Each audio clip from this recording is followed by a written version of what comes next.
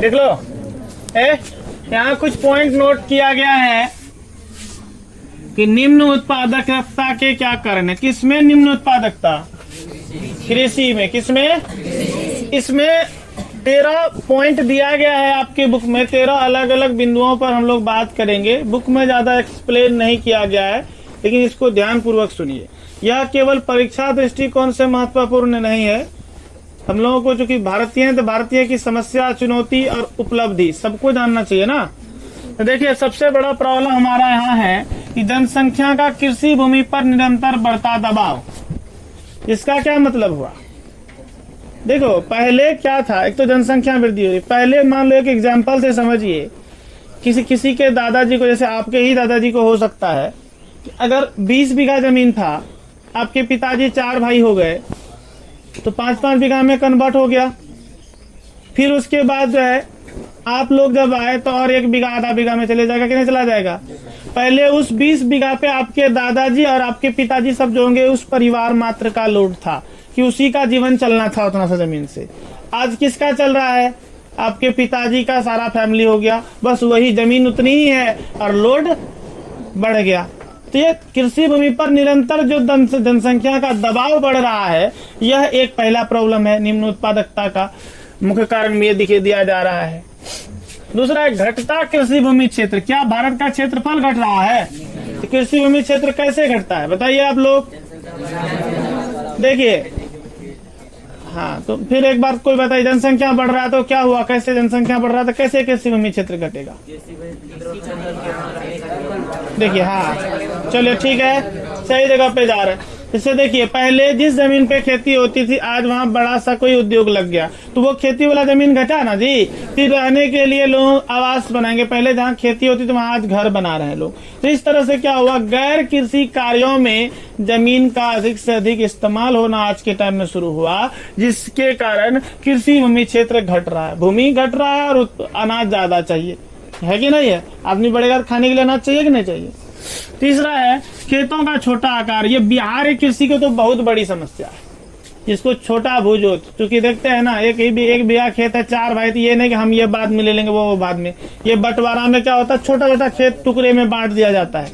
और छोटा टुकड़ा होने की वजह से क्या होता है, ऐसी खेती नुकसानदायक होती है। यानी छोटा सा खेत है, वहां पर कोई मशीन का प्रयोग थोड़ा मुश्किल है।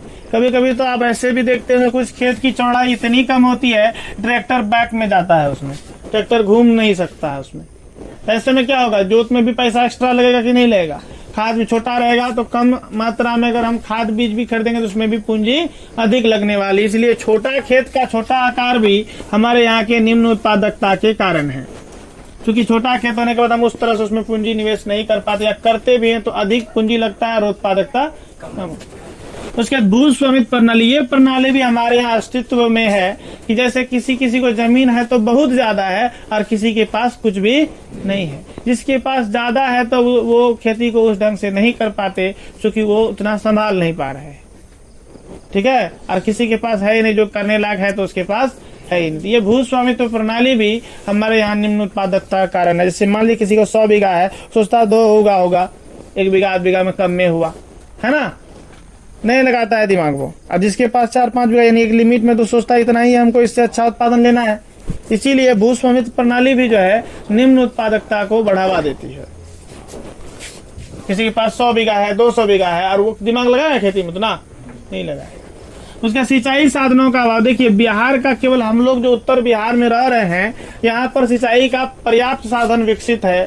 क्योंकि हमारे यहाँ सिंचाई के लिए नहरें हैं, नलकूप है, जिसको हम बोरिंग बोलते हैं। और आज के टाइम में सरकार द्वारा जो बिजली वाला मोटर और बिजली मुहैया कराया जा रहा है, ये काफी अच्छी सुविधा है। लेकिन पूरे बिहार में नहीं है, या देश का पूरा हिस्सा में देखा जाए तो नहीं है। ये सिंचाई के अभाव कारण भी हमारे यहाँ फसल का उत्पादन कम होता है। और हमारे यहाँ कृषि को मानसून के साथ जुआ भी कहा जाता है। क्या कहा जाता है जी?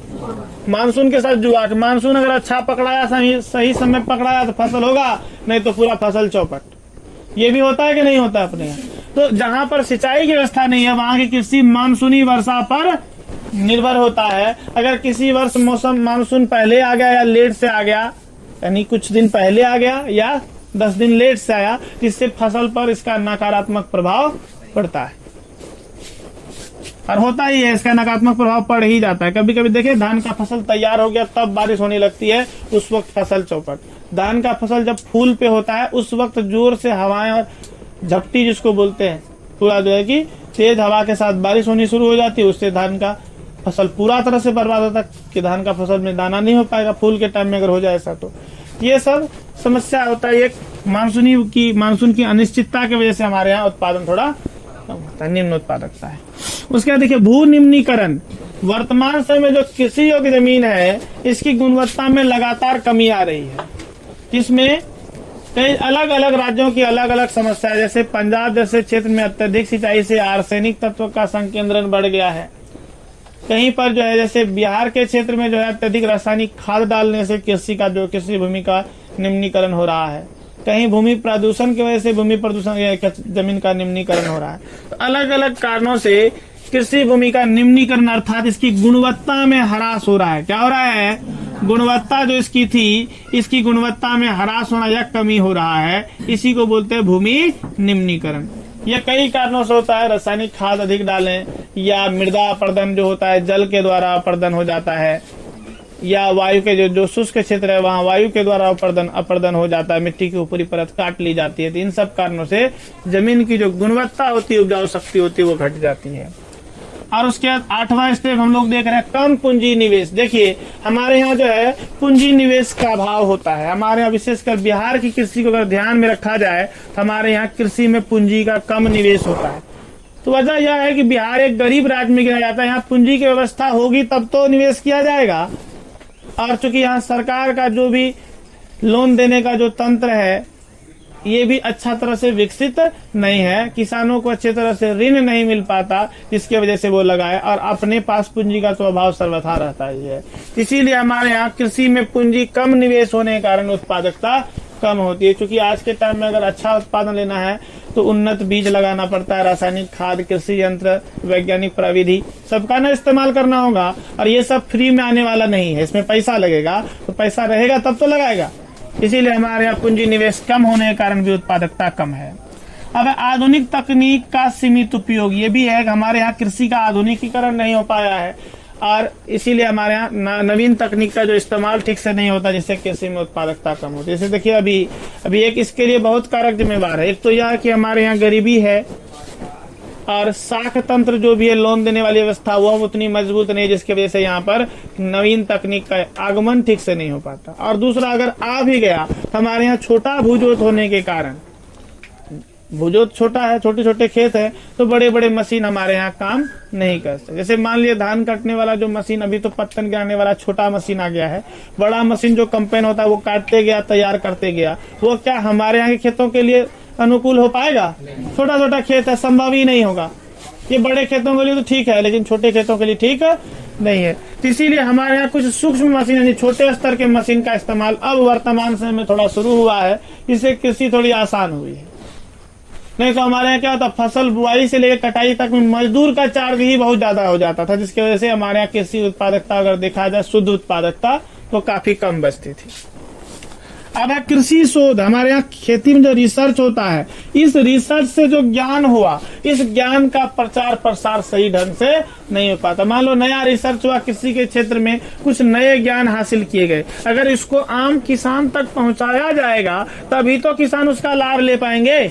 तो ये रिसर्च होता है, ज्ञान नया प्रकाशित हुआ, उद्घाटित हुआ, लेकिन इसको आम जनता तक पहुंचाने की जो ये तंत्र है, ये जो ढांचा है, वो उतना विकसित नहीं है कि वो आम आदमी तक इस बात को पहुंचा सके, आम किसान तक पहुंचा सके। और ये 11वां जो अभी स्टेप है, कृषि उत्पादों का उचित मूल्य ना मिलना, यह बहुत बड़ी समस्या है। जैसे इस बार मक्के का फसल देखिए, अच्छा मूल्य मिल गया, उचित मूल्य मिल गया, तो मौसम थोड़ा प्रतिकूल था, इस बार फसल अच्छी नहीं हुई, लेकिन फिर भी किसान की दशा ठीक ठाक रही, क्योंकि इसका जो है उचित मूल्य मिल गया था। लेकिन वर्तमान में जो मखाना का खेती है, इस बार मखाने का कीमत नहीं मिलने के कारण सारे किसान परेशान है।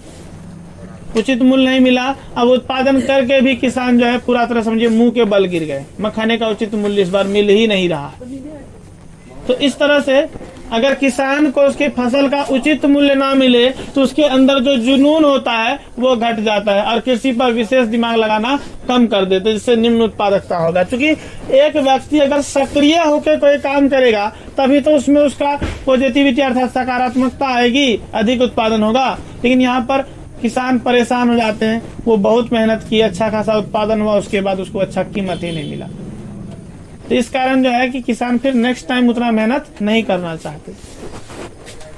और हमारे यहाँ एक चीज है और कृषि में जो है सालों भर काम नहीं मिलता, तो ये कृषि में अदृश्य बेरोजगारी और मौसमी बेरोजगारी पाई जाती है।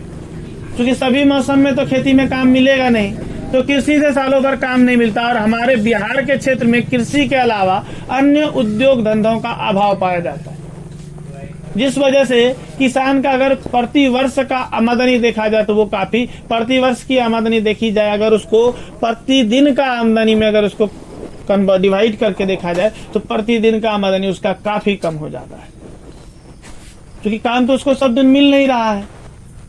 इसी वजह से यहाँ सालों भर काम का अभाव भी कृषि का एक समस्या है कि सब दिन काम नहीं मिलता, तो बहुत लोग खेती पर उतना दिमाग नहीं लगाते। अगर कम खेत है तो दूसरे तीसरे काम पर विशेष ध्यान देना शुरू कर देते हैं और खेत के फसल उत्पादन में विशेष ध्यान नहीं देते। जब ध्यान ही नहीं दिया जाएगा तो उत्पादन ज्यादा होगा।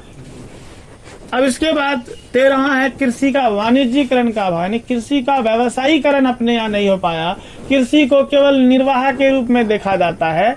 यह बुक आपका जिस वक्त लिखा गया, जिस वक्त आपका ये चेंज हुआ था सिलेबस, उस समय हमारे बिहार की और हमारे अररिया जिला की भी दशा ऐसी ही थी। अपने यहाँ केवल निर्वाह के लिए यानी पेट भरने के लिए खेती की जाती थी। धान किया गया खाने के लिए, उसके बाद गेहूं, बीच में मूंग। धान से चावल मिल गया, गेहूं से आटा संभव है और मूंग से दाल, दाल रोटी दाल भात खाएंगे, काम खत्म, है ना।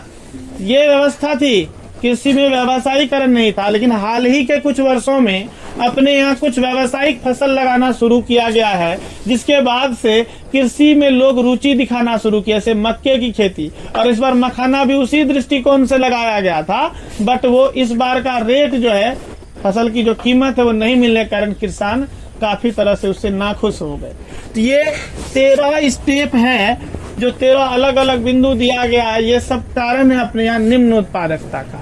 अगर इन कारणों का देखिए, ये कारण यानी ये डायग्नोसिस हो गया इसका, अर्थात इसका लैब में टेस्ट करके निकाल लिया गया फिर उत्पादकता कम क्यों हो रहा है, निकाल लिया गया, इसका निदान हो गया है। अब इसका उपचार होना बाकी है। तो इन सब समस्याओं को जितना हद तक हो सके अगर दूर कर दिया जाए तो कृषि दशा सुधरेगी, उत्पादन बढ़ेगा कि नहीं बढ़ेगा। अब इसमें सुधार क्या किया जा सकता है। जनसंख्या का कृषि पर जो दबाव बढ़ रहा है, इस जनसंख्या के दबाव को घटाएंगे। क्या करेंगे, आदमी सबको मार देंगे, कम हो जाएगा। क्या करेंगे, तो इसके लिए क्या होगा, कृषि के अलावा अन्य कोई उद्योग धंधा का विकास किया जाए, ताकि लोग कृषि के अलावा अन्य काम पर भी बटे, श्रम शक्ति का बंटवारा हो जाए। ठीक है, तो खेती पर से लोड घटेगा। दूसरा, कृषि भूमि जो घट रहा है तो इसमें भी प्रयास, ये देखो, अब जो उद्योग लगने से रोका नहीं जा सकता, सड़क बनने से रोका नहीं जा सकता, लेकिन प्रयास ये करना चाहिए कि जो जमीन कृषि योग्य नहीं है, बंजर पड़ी हुई जमीन पर उद्योग विकसित करने चाहिए। इससे कृषि भूमि क्षेत्र में होने वाली कमी को थोड़ा कम किया जा सकता है, इसकी रफ्तार को घटाया जा सकता है। खेतों का छोटा आकार है, ये तो बिहार में ये बंटवारा तो सीमित ही है, इसमें कुछ विशेष किया नहीं जा सकता। भू स्वामित्व प्रणाली को सरकार चकबंदी द्वारा इसको ठीक कर सकती है। अगर सरकार फिर से जमीन का सर्वे करवाए, जिसके अनुसार जिसको बहुत ज्यादा जमीन तो उससे जमीन लेकर के बांट दिया जाए, तो ऐसे कंडीशन में यह समस्या दूर की जा सकती है। और सिंचाई के साधनों का अभाव, तो सिंचाई के साधन विकसित किए जा सकते हैं। मानसून और सिंचाई के साधन जब विकसित हो जाएंगे तो फिर ये मानसूनी वर्षा पर निर्भरता घट जाएगी, कम हो जाएगी।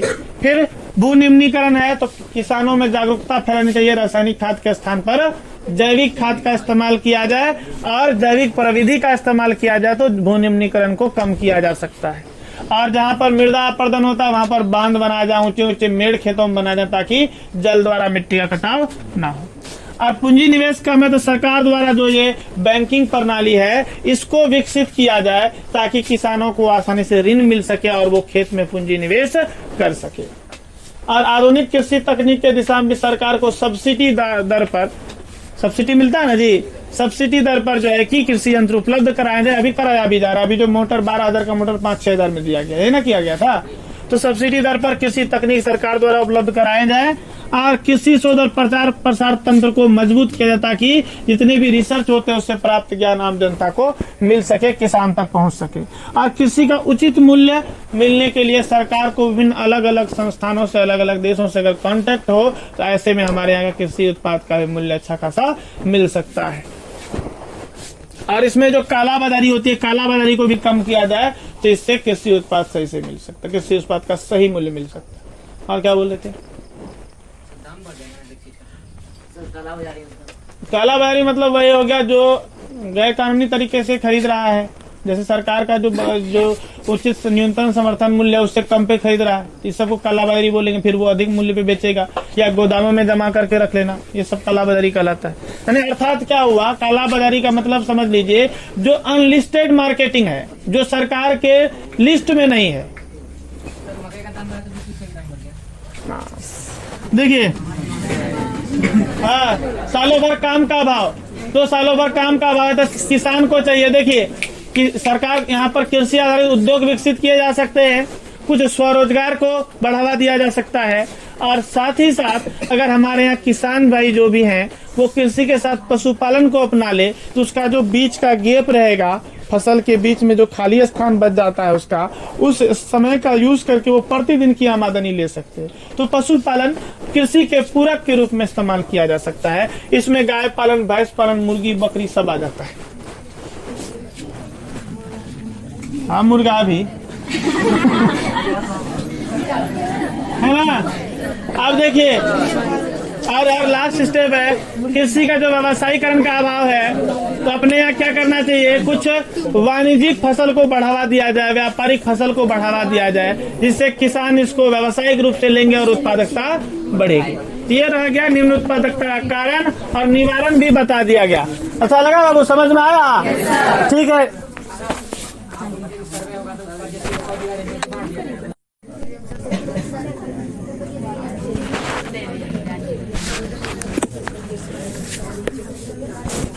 देख लो, यहाँ कुछ पॉइंट नोट किया गया है।